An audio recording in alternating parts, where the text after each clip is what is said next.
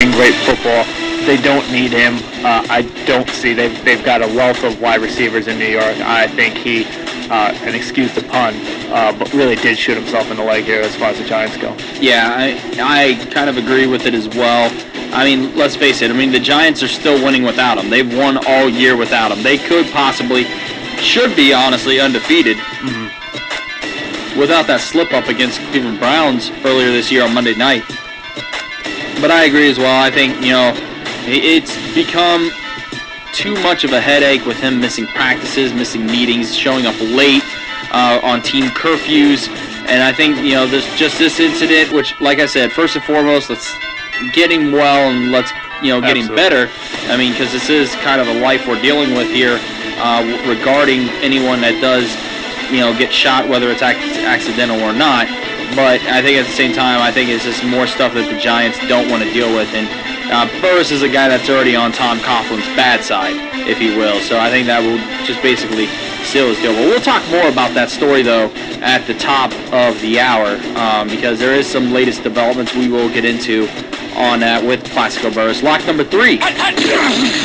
Speaking of the Giants, they defeated the Washington Redskins today 23-7. Basically setting themselves apart from the rest of the NFL. I mean, has there been a team more impressive than the New York Giants this year in 2008? Nope. Lock it up. They are unquestionably the most impressive team in the NFL right now. They've got the record to prove it. And like I said last week when we were making the picks, you got to go with them right now until somebody proves them wrong. Yes, Iceman, my newly adopted Detroit Lions are making a run at something, but not like the Giants are. Yeah, I mean, you heard it today. If you're watching NFL Countdown, I mean, Jim Zorn had came out and said that, they were going to try to have Eli Manning win this game against the Redskins. They were going to do whatever they could to stop the running game of the Giants and basically put the ball in Eli's hands and have him win that way. Not a bad day for Eli Manning. 305 yards passing for Eli Manning. 21 for 34, threw a touchdown, threw a pick.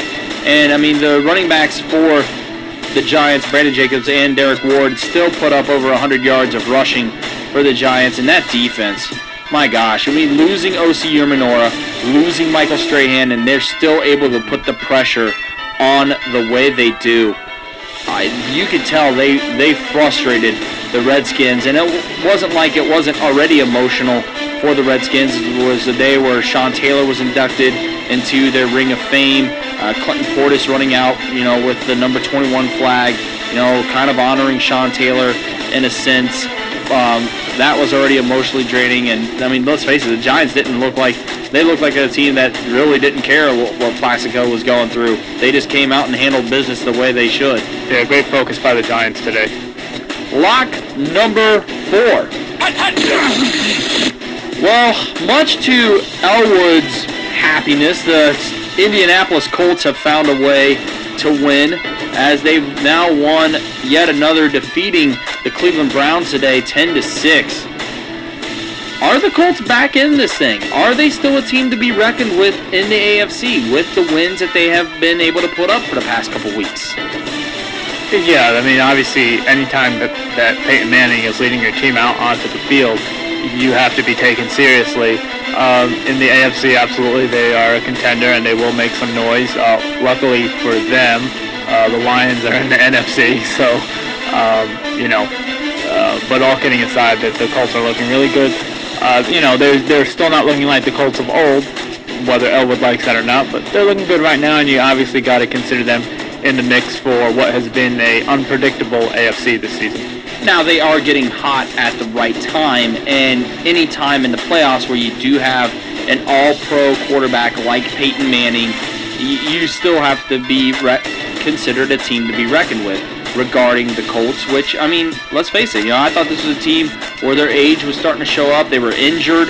A lot of injuries were going on, and you looked as though it was a team that lost a step. regarding Marvin Harrison, regarding Peyton. But you know what? They were able to find a way to win in Cleveland today, which, by the way, the Browns losing Derek Anderson for the rest of the year now, too. So now Ken Dorsey is your quarterback now, with Brady Quinn being out for the rest of the year as well with the index finger where he's going to be probably getting surgery. Derek Anderson's out for the rest of the year now, and Ken Dorsey now, the starter. Romeo Cornell, update your resume, my friend. Yeah, it looks like he's basically done.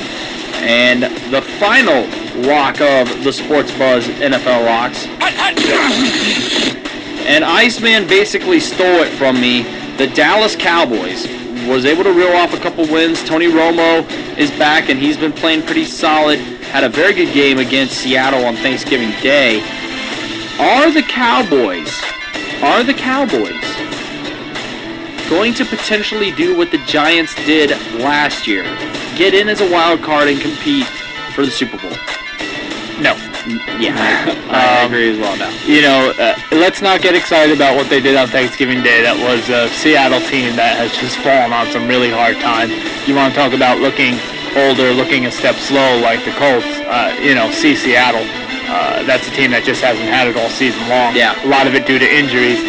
Dallas is a talented team, but again, like I said, there is so many, and I think the root of the whole problem with Dallas is the coaching situation. There is no one respected figure on that team.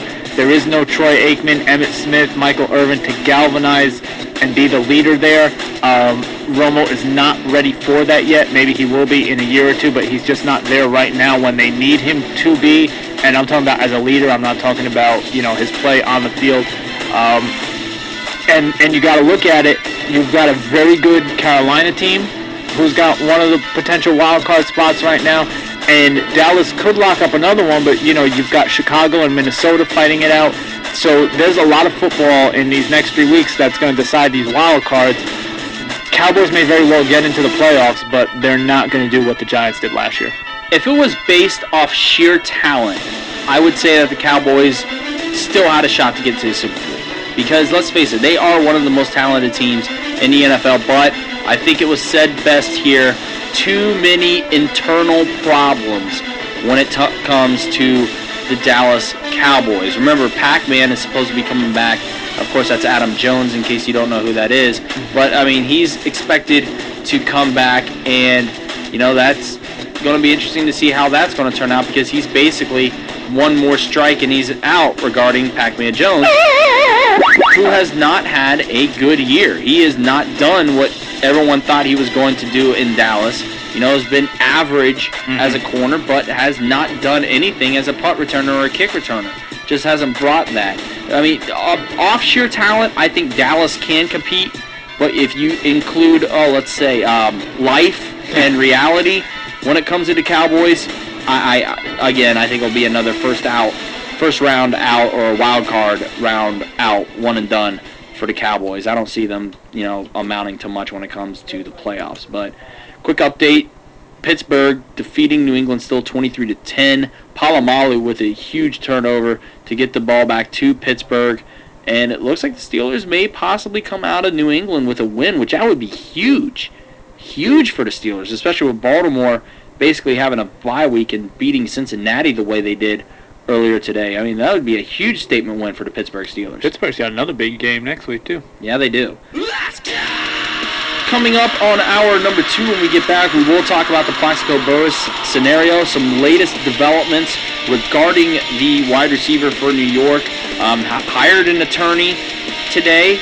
Actually, the same attorney that represented Sean Combs, who you may know as P. Diddy, a while back when he was in trial back in 2000, I want to say, or 1999 when he was in trial at New York with the same kind of charges. But some interesting developments in that scenario. We will look at the past Sunday here and Thanksgiving Day when it comes to the NFL, and we will have our picks for the upcoming week. Hang tight. This is the Sports Buzz, broadcast live via the Ustream, part of the SoMaCal Media Network.